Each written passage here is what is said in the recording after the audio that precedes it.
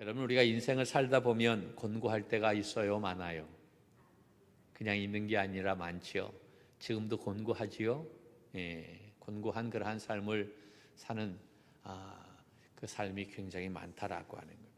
그래서 때로는 우리가 원망하고 싶기도 하고 또 절망감이 엄습하기도 하고 또 세상 말로 얘기한다면 정말 죽고 싶은 마음도 들 때도 있고, 여러분, 이러한 마음이 들 때, 그럴 때 누군가가 나에게 베풀어준 은혜를 생각한다면 큰 도움이 될 수 있다라는 이야기입니다. 그 순간에 나에게 무언가를 베풀어준 사람, 그 사람을 기억할 수만 있다면 굉장히 중요한 큰 도움이 되고 힘이 되는 줄로 믿습니다. 여러분, 욥은 그의 생애의 가장 캄캄한 그 절망의 날에 하나님께서 베풀어 주신 은혜를 생각했던 것입니다. 누구를 생각했냐면 하나님을 생각했던 거예요. 사람은요, 어려운 때 사람 생각해봐야 사람의 도움을 받을 줄 알고 기대하고 그렇게 하는데 결국은 사람의 도움을 받을 수 없다라고 하는 사실을 우리는 욥을 통해서 깨닫게 됩니다. 내가 형편이 좋고 잘 나갈 때에는 사람들이 뭐 다 오지요. 그런데 어려움이 있게 되면 다 떠나갑니다. 그렇게 절친들도요, 어느 순간인가는 다 떠나가요. 견디지 못해요. 그러니까 남는 것은 누구밖에 없느냐? 하나님밖에 없어요. 그런데 그 하나님이 보여야지. 하나님은 계속 내 옆에 계신데 우리가 영의 눈이 감겨져 있기 때문에 그게 잘 보이지 않는다라고 하는 사실이지요. 여러분, 이 욥이 이러한 절망의 순간 가운데 있을 때 그가 누구를 생각했느냐? 하나님을 생각했어요. 하나님께서 베풀어 주신 은혜를 생각했던 것입니다. 오늘 봉독한 말씀 중에 참 중요한 말씀은 12절의 말씀입니다. 12절을 한번 볼까요? 뭐라고 얘기하고 있습니까? 시작. 생명과 은혜를 내게 주시고 나를 보살피심으로 내 영을 지키셨나이다. 아멘, 아멘, 할렐루야. 무엇과 무엇을 내게 주셨어요? 생명과 은혜를 내게 주셨어요. 지금 욥은 어려움 가운데 있어요. 모든 것이 다 날아간 상태예요. 재산도 날아가고 그렇잖아요. 자녀들도 다 죽고 친구들도 다 떠나가고 정말 남은 건 하나도 없어요. 내 몸뚱아리밖에 남아있지 않아. 내 몸도 성하지 않아. 그런데 그러한 상황 속에서 욥이 고백하는 거예요. 생명과 은혜를 내게 주셨다. 여러분, 이 말씀이 이해가 됩니까? 정말 이해가 될 수 있기를 축복합니다. 나를 보살핌으로 내 영을 지키셨다. 하나님이 나를 보살피셨다면 지금 이러한 상황일까요? 아니잖아. 그런데 욥은 이렇게 고백하고 있는 거예요. 지금 욥은 그의 눈앞에 별 하나 보이지 않는 암담한 그러한 절망의 순간입니다. 그 많던 재산 다 날아가 버렸어요. 한순간에 다 날아가 버렸어요. 사랑하는 10명의 자녀들도 다 죽었어요. 한순간에 죽었다라고 하는 거예요. 친구들도 다 잃어버렸어요. 거기에다가 몸에는 악창이 나서 피고름이 흐르는 그러한 상황입니다. 사랑하는 아내마저도 그러한 상태에 있으면 위로해주고 함께해야 되지 않겠습니까? 그런데 위로의 말 한마디 건네지 않고 오히려 그 욥에게 뭐라고 이야기합니까? 하나님을 욕하고 죽으라고 하며 악담을 퍼부었어요. 욥이 형통할 때는 그렇게 가깝게 지냈던 그의 절친들도 이 욥이 어려움을 당하자 지극히 냉정하고 차가운 태도로 돌변했던 것을 볼 수가 있습니다. 어느 시간까지는 그래도 같이 있었어. 일주일 동안 같이 있었죠. 그런데 그 시간 지나고 나서 그들이 완전히 돌변해 버렸던 것을 보게 됩니다. 그가 마음을 털어놓고 이야기할 대상이 없었어요. 오직 하나님밖에 없었다는 사실입니다. 그래서 그는 그 하나님 앞에 자기의 모든 마음을 다 털어놓고 있는 모습이 오늘 봉독한 말씀의 내용인 것입니다. 여러분, 이 욥을 통해서 얻는 가장 중요한 영적 교훈이 있다고 한다면 그는 계속해서 하나님 앞에 질문을 하고 하나님 앞에 말하고 하나님 앞에 투정하고 하나님 앞에 불평하고 심지어는 원망까지도 하나님 앞에 했다라는 사실입니다. 맨 처음에는 그가 입술로 하나님 앞에 범죄하지 않았다라고 이야기하지요. 그런데 그것이 오래 가니까 견뎌요, 못 견뎌요? 못 견디지. 그러니까 이제는 그의 입술로 하나님 앞에 원망까지도 하고 불평까지도 내놓는 모습이 되었다라는 이야기입니다. 그런데 여기에 굉장히 중요한 영적 교훈이 있어요. 하나님 앞에 불평하고 원망하는 것이요, 얼마나 정말 귀한 것인지. 귀하다고 얘기해야 될까요? 우리는 그 모든 것을 누구 앞에 합니까? 사람 앞에 하잖아요. 여러분, 사람 앞에 원망하고 불평하면 남는 거 하나도 없어요. 오히려 나에게 돌아오는 것은 더 크게 엄청난 어려움으로 돌아오게 됩니다. 그러나 원망하고 싶거든 불평하고 싶거든 사람에게 하지 말고 누구에게 하라? 하나님 앞에 하라라고 하는 거예요. 이것이 욥기를 통해서 우리에게 주어지는 영적인 교훈이다라고 하는 거예요. 매우 중요한 이야기인 것입니다. 하나님 앞에 마음을 터놓고 그 하나님 앞에 있는 모든 것을 다 쏟아 놓으라라는 이야기입니다. 다른 데서 쏟아 놓지 말고 하나님 앞에 쏟아 놓으라. 그런데 하나님 앞에 쏟아 놓아야 되는데 우리는 하나님 앞에는 쏟아 놓질 않아. 하나님 앞에서는 그냥 가만히 있어. 그냥 마음에 담고 있어. 그러다가 세상에 나가서 마음에 담고 있는 것을 쏟아낸다라고 하는 거예요. 아니, 그렇지 말고 세상에서는 그냥 가슴에 담아놓고 그것을 가지고 하나님 앞에 와서 그것을 다 쏟아 놓으라라는 이야기입니다. 1절에 뭐라고 얘기합니까? 같이 볼까요? 1절 시작. 내 영혼이 살기에 곤비하니 내 불평을 토로하고. 자, 여기 보세요. 내 영혼이 지금 살기에 뭐 하다고요? 곤비해.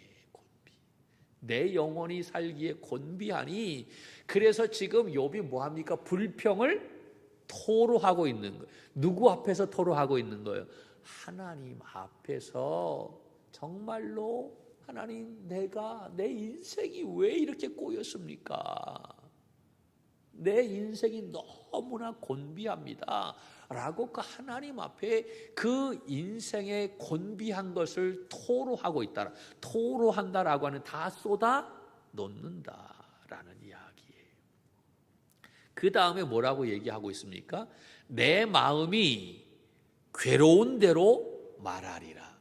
여러분 보세요. 내 마음이 괴로운 대로 말하는 거예요. 괴로운 상태에서 내가 말하면 좋은 말 나와요? 나쁜 말 나와요? 그렇지요. 그러니까 지금 이 욥이 괴로운 상태로 하나님 앞에 말하는 거예요. 그러니까 좋은 말이 나왔겠어요? 나쁜 말이 나왔겠어요? 네, 그렇죠. 상상할 수 있을 거예요. 이런 때는 우리가 조금 좀 상상해도 괜찮아요. 아, 선하신 하나님, 아, 거룩하신 하나님, 뭐 그랬겠어요? 그냥 쌍심지를 끼고 삿대질까지 하면서 하나님 도대체 그러실 수 있어요 라고 하면서 그 괴로운 마음을 다 이야기해요. 여러분, 우리가 아이들 앞에서 괴로운 마음이 있을 때 때로는 뭐까지 합니까? XX까지 하잖아요. 괴로운 마음, 나의 감정을 다 쏟아 놓잖아요. 애꿎은 자녀들 앞에, 아이들 앞에. 그러니까 우리가 뭐 XX까지는 하지는 못하겠지만 그 괴로운 마음을 하나님 앞에서 해보았느냐라고 하는 거예요. 지금 욥은 그 괴로운 마음을 하나님 앞에 다 쏟아 놓는 거예요. 말하리라 그랬어요. 하나님 앞에 불평을 토로하고 그 마음의 괴로움을 다 이야기했다라고 하는 사실입니다. 이제는 사람 앞에 하지 말고 누구 앞에 하라? 하나님 앞에 나의 괴로움을 다 토로하라라고 하는 거예요. 2절에 그렇게 이야기합니다. 2절, 내가 하나님께 아뢰오리니. 하나님 앞에 아뢰는 거예요. 사람들 앞에 아뢰지 말고 누구 앞에? 하나님께 아뢰라. 내가 내 마음의 괴로움을 다 이야기했으니, 그 상한 감정을 가지고 하나님 앞에 이야기했으니 하나님이 그것을 들으시고 많이 속상해 하시고 아마 하나님도 화가 나셨을 거예요. 그러니까 이욥이 걱정이죠. 하나님, 그렇게 내가 다 쏟아 놓아도 하나님 나를 정죄하지 말아 주시옵소서. 심지어는 내가 손가락질하고 막 그냥 이 이상한 소리 해도 하나님 나 정죄하지 말아 주시옵소서. 내가 쏟아낼 사람은 한 사람도 없고 오직 하나님 앞에 할 수밖에 없는데 하나님도 나를 외면하시면 나 어떻게 하겠습니까? 라고 하는 거예요. 여러분, 이 말씀 이해가 가십니까? 무슨 까닭으로 나와 더불어 변론하시는지 내게 알게 하옵소서. 지금 하나님 앞에 아뢰고 하나님과 변론하고 있다라는 이야기입니다. 감히 내가 하나님 앞에 할 수 없는데, 그런데 내가 지금 하나님 앞에 그와 같은 모습을 갖고 있다라고 하는 거예요. 이것을 하나님, 내가 좀 알 수 있게 해 주시옵소서. 나도 하나님을 경배하고 하나님을 찬양하고 하나님을 영화롭게 하기를 원하는데 하나님, 내 속이 문드러져서 아시지 않습니까? 지금 이 마음을 하나님 앞에 토로할 수밖에 없어요. 터질 것 같아서.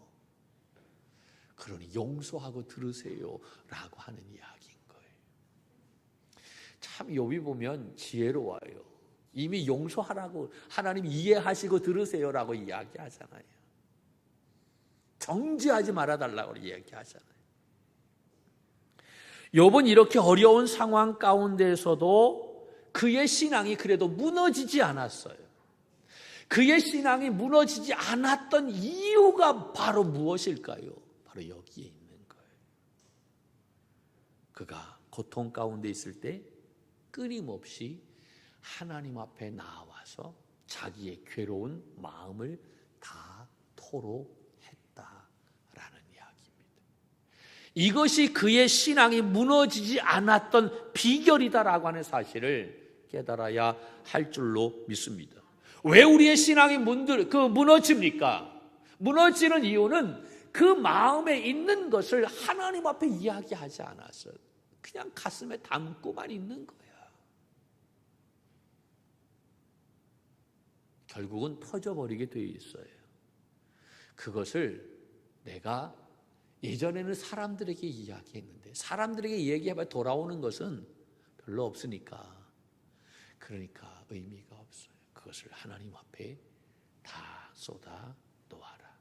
그러면 우리의 신앙 무너지지 않는다라는 이야기입니다.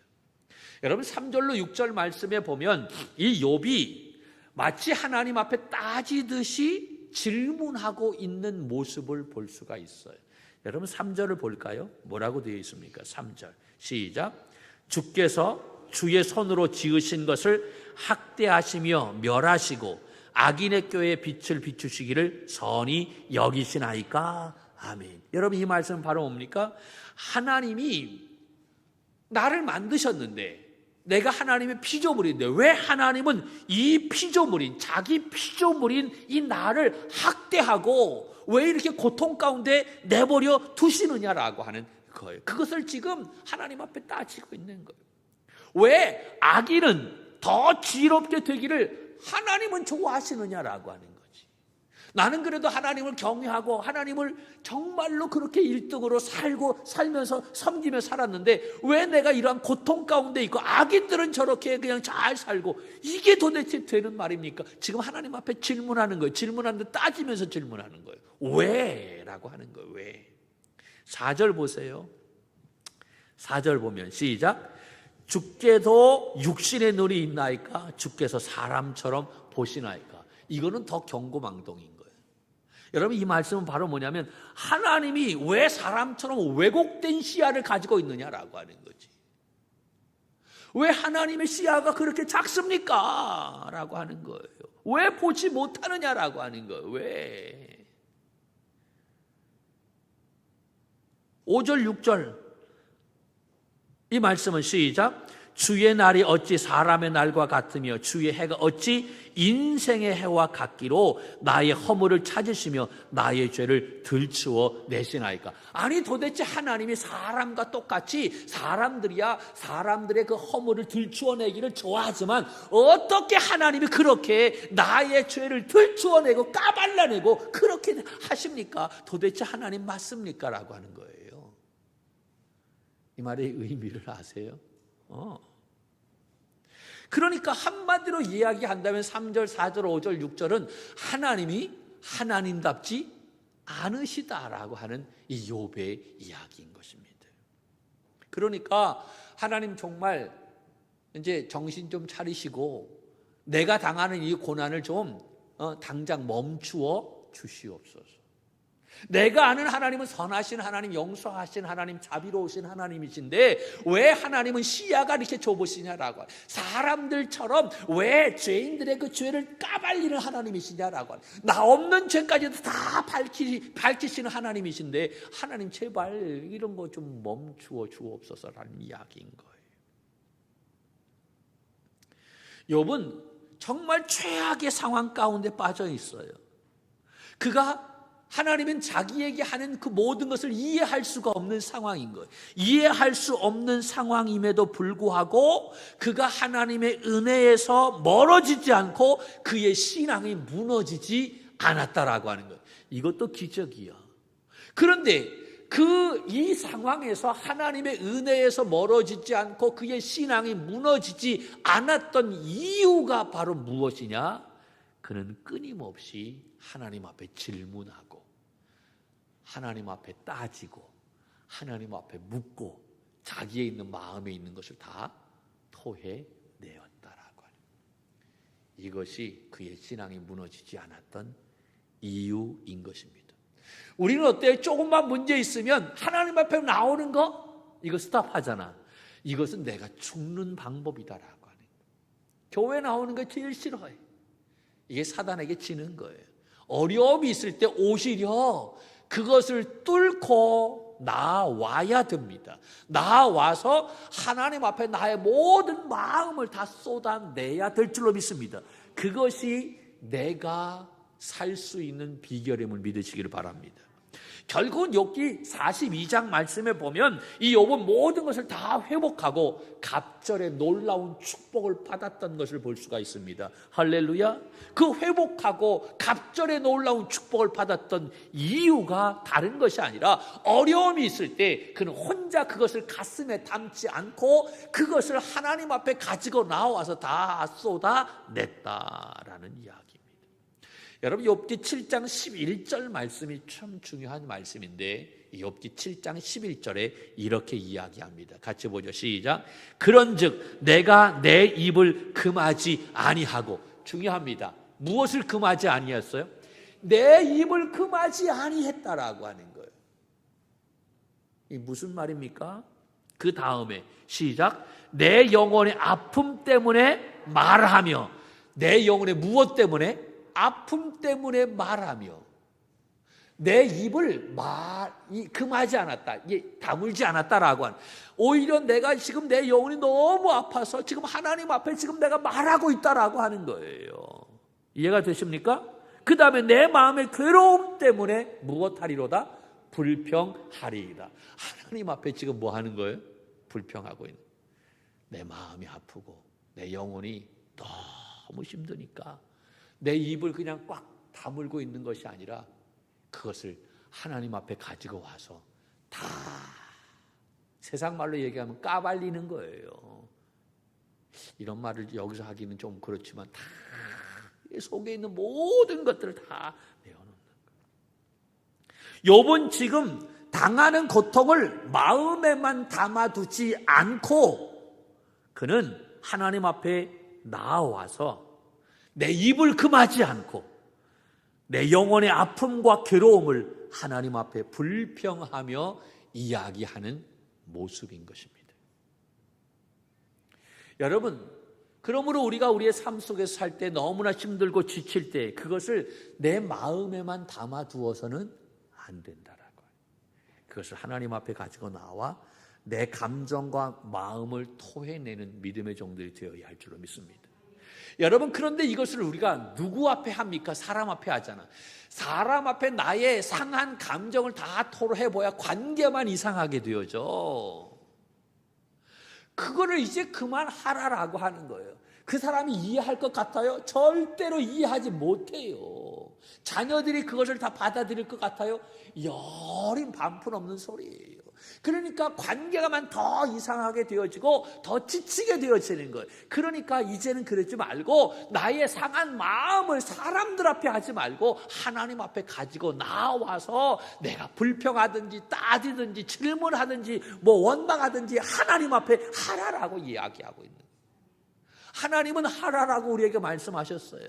부르짖으라라고 이야기하고 있어요. 원망도 좋다, 불평도 좋다, 내 앞에서 부르짖어라. 그러면 내가 응답하겠다라고 말씀하고 있지 않습니까?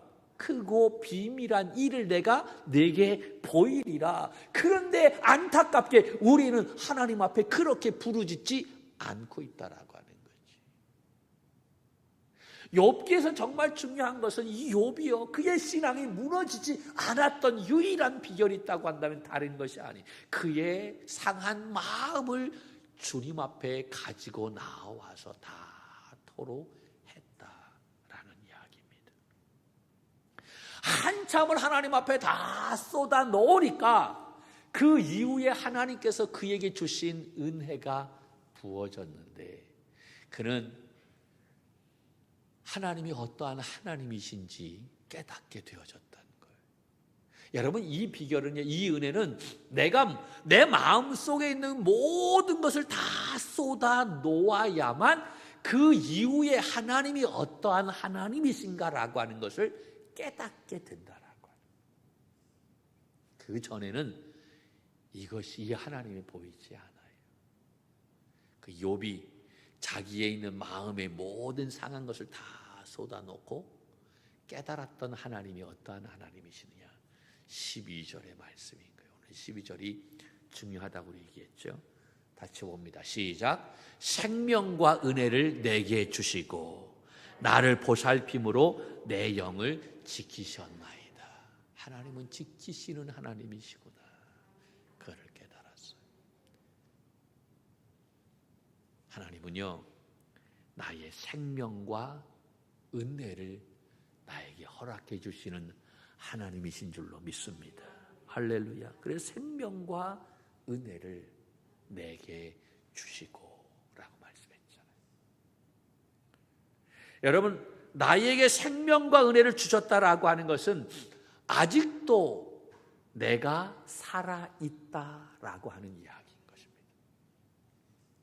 모든 것이 나에게서 다 없어졌을지라도 아직 생명은 살아있다라는 이야기. 하나님이 다 거두어 가셨잖아요. 하나님이 거두가신 것이 아니라 마귀가 다 거두가게 했죠. 그렇죠? 재산 다 거두갔죠. 자녀들 다 거두갔죠. 그렇죠? 건강도 다 거두갔지요. 그냥 남는 건 뭐예요? 숨만 쉬는 거예요. 생명만 남아있는 거예요. 숨만 남아있는 거잖아요. 그런데 지금 욥이 뭐라고 얘기해요? 지금 생명만 내가 남아있어요. 그래도 내가 살아있다라고 하는 이야기인 거예요.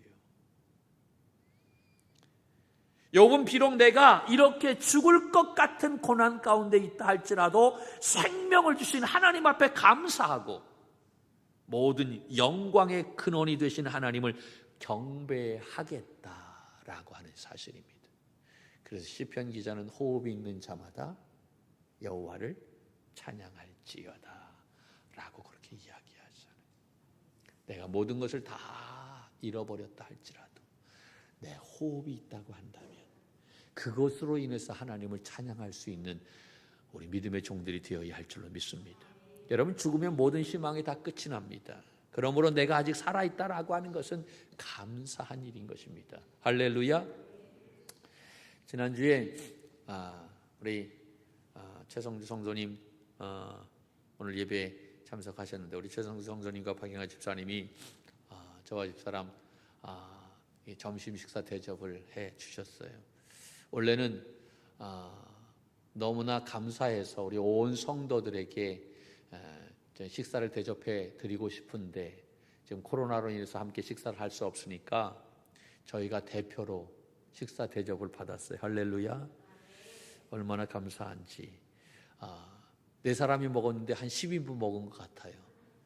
6.25 이후에 이렇게 많이 먹은 것은 제가 처음인 것 같아요. 할렐루야. 그래요. 그 식사를 하면서 우리 최성수 성도님이 그 수술했던 상황을 잠시 말씀해 주셨어요. 아침에 수술한다고 머리를 다 밀고, 그리고 머리에 철심을 박아놓고 꼼짝할 수 없는 그러한 상황인데, 근데 수술한다고 해놓고 1시간이 지나도 뭐 수술하지 않는 거예요. 그냥 그대로 방치해 놓았다라고 하는 거예요. 움직이지도 못하는, 얼마나 괴롭겠어요. 그 모습을 지켜보아야 했던 우리 박영환 집사님 더 안타까웠겠지요. 너무나 이상해서 왜 수술을 못하나, 왜 수술을 안 하나, 뭔가 이상한 것 아닌가, 문제가 있는 것 아닌가 걱정이 되어졌던 거지요. 계속 지연이 되어지니까, 그래서 왜 수술이 안 되느냐, 왜 1시간이 넘게 수술 못하고 이렇게 있느냐라고 그렇게 물었더니, 그제서야 그 사람들이 이야기를, 갑자기 급한 응급 환자가 와가지고 의사 선생님이 거기로 수술하러 갔다라고 이야기하더라고요. 아니, 그렇다고 하면 이야기해 줘야지. 그렇지 않아요? 근데 이야기해 주는 사람이 한 사람도 없고 그냥 그대로 그냥 1시간 넘게 그렇게 있었던, 얼마나 답답한 시간이었겠어요. 너무나 속상한 그러한 모습을 보이니까 그때 우리 최성수 성도님이 우리 박영현 집사님에게 이렇게 이야기하셨다는 거예요. 하나님이 그 생명 살리려고 그렇게 하셨나 보다고, 나보다도 더 급한 사람이 있으니까 오히려 그렇게 위로해 주시더라는 거예요. 여러분, 그러한 말을 그냥 내가 해서 했을까요? 그 성령님이 주시는 그러한 마음이지. 그렇잖아요. 그러한 상황 속에서 그러한 말을 할 수 있다라고 하는 것, 이게 성령의 은혜가 아니면 할 수 없는 거예요. 할렐루야. 우리 집사님이 식사를 다 마치고 난 다음에 저에게 봉투 2개를 준비해 주셨어요. 그래서 이게 뭔가 선교비라고 하시면서 주셨어요. 하나는 토고에, 또 하나는 베트남에 선교비로 보냈으면 좋겠다. 수술하고 나면 병실을 가야 되는데 원래 2인실로 가잖아요. 그리고 나서 조금 있다가 뭐 병실이 나면 4인실로 가고 5인실로 가는데, 그런데 2인실은 뭐 비싸잖아요. 보험도 안 되고. 그런데 수술 끝나고 나서 정말 우연찮게 4인실이 났다는 거예요. 그래서 2인실로 가지 않고 불편하지만 4인실로 가게 된 거예요. 그 선교비가 바로 뭐냐면 2인실에 가지 않고 4인실에 갔는데 그 차액금을 몽땅 거기에다 더 플러스해서 하나님 앞에 드리는 거예요. 이왕 내가 하나님 앞에 2인실로 그렇게 하기로 했는데 그 차입금이 있다고 해서 그거를 이상하게 쓰는 건 아니지만, 그것을 남는다고 해서 다르게 쓰는 것보다도 이것을 선교비로 하면 더 의미가 있겠다라고 해서 그렇게 드린다는 것이죠. 여러분 생각해 보세요. 큰 수술 받으셨어요. 한 푼이 아쉬운 상황 아니겠어요? 그래서 2인실 가지 않고 4인실로 가게 된 것, 그것도 비용 때문에 그런 것 아니겠습니까? 그런데 그 차액금, 그것이 있다고, 그것을 구별해서 하나님 앞에 선교비로 드린다라고 하는 그 마음, 제가 그 봉투를 받아들고 얼마나 마음이 뜨거웠는지 정말 뭐라고 말로 표현할 수 없더라고요. 그러면서 제가 그렇게 속으로 기도하면서 생각, 하나님, 나보다 더 믿음이 좋습니다. 생각해 봤어요. 나는 저럴 수 있을까? 자신 없더라고요. 나보다 더 훌륭한 믿음을 갖고 계신 분이구나 라고 생각하면서 제가 기도했어요. 집사님이 그런 말씀을 하셨어요. 목사님, 내가 돈에 대한 욕심을 조금만 내려놓으면 됩니다 라고 말씀하시는데, 뒤에서부터 뭐가 쾅 때리는 그러한 소리인 것 같았어요. 돈에 대한 욕심만 내려놓으면 문제없다는 거예요. 아니, 이게 가능한 이야기입니까? 우리 집사님이 그렇다고 뭐 돈에 대한 욕심이 있는 것도 아니고 저런 상황인데 저기에서 어떻게 저런 말을 할 수 있을까? 저게 성령님이 하시는 말씀이다라고 하는 거죠. 이건 보통 믿음이 아니고서는 할 수 없는 그러한 거예요. 바울처럼 빌립보서 4장 11절 12절에 이야기했던 것처럼 일체의 비결을 배웠노라 라고 그가 고백했는데 이 믿음의 고백이 우리 집사님의 고백이구나 라고 하는 것을 제가 느끼게 되어졌어요. 그날 저와 우리 집사람은 얼마나 그 마음이 뜨겁고 훈훈했는지 몰라요. 야, 정말 이게 목회지. 그래서 감사하지. 육신으로는 엄청나게 배불리 먹고 또 영적으로는 충만한 은혜와 감동을 얻는 귀한 시간이었습니다. 우리 최성수 성도님이 그런 말씀을 하셨어요. 가슴에 기계를 달았어요. 그래서 이제 이 선이 이제 머리까지 연결이 되어졌는데, 그래서 이 가슴에 있는 기계가 막 이렇게 뛰면서 머리에서 이렇게 충격을 줘서 도파민이 이제 생성이 될 수 있도록 하는 거예요. 아침마다 이 가슴에 이 배터리를 이렇게 핸드폰 충전하듯이 한 10분 동안 충전해야 된다는 것이지요. 그런데 지금 이렇게 선이 올라갔는데 하나도 보이질 않아. 속으로 다 이렇게 돼 있는 거예요. 정말 의술이 엄청나게 발달되어 있는 거지요. 예전 같았으면 상상할 수 없는 일이지요. 우리 최성수 성도님이 하나님께서 자기에게 지금 생명을 보너스로 더해 주셨다라는 이야기. 덤의 인생을 살고 있다. 그 생명을 주신 하나님 앞에 감사하며 살겠다라고 고백하셨어요. 할렐루야. 여러분, 하나님은 어떠한 하나님이십니까? 생명을 주시는 하나님. 그 은혜를 주시는 하나님이신 거예요. 할렐루야. 우리는 그 하나님을 여러분 만나고 체험하는 삶이 되어야 할 줄로 믿습니다. 하나만 더 얘기할까요? 뭐 오늘 이런 얘기 한다면 뭐 한도 끝도 없을 것 같아요. 지난주에 민혁이라고 우리 정한주 권사님 사위지요. 이제 예비 사위인데 이 친구가 우리 교회 나온 지 한 달도 안 됐어요. 신앙생활 처음 하는 거예요. 그런데 지난주에 첫 월급 받아가지고 첫 예물을 다 내버렸어. 아멘도 안 하시네. 아니 그 양반이 그 양반이라고 얘기하더니 그 민혁 형제가 하나님을 알까요? 하나님도 몰라. 신앙생활도 몰라. 신앙생활 한 지 한 달도 안 돼. 혜인이 만나가지고 그냥 끌려 나오는 거야 지금. 장모한테 잘 보이려고 지금 애쓰고 있는 거예요. 그 월급 받았다고 첫 월급 그거를 몽땅 다 드렸어. 여러분, 제 아들 주영이 전도사예요. 걔가 전도사 하면서 파트 전도사 하면서 월급을 110만 원 받았을 때, 그때 그 110만 원 받았을 때 첫 예물이라고 드렸는데 나한테 뭐라고 얘기하냐면, 아빠 손이 부들부들.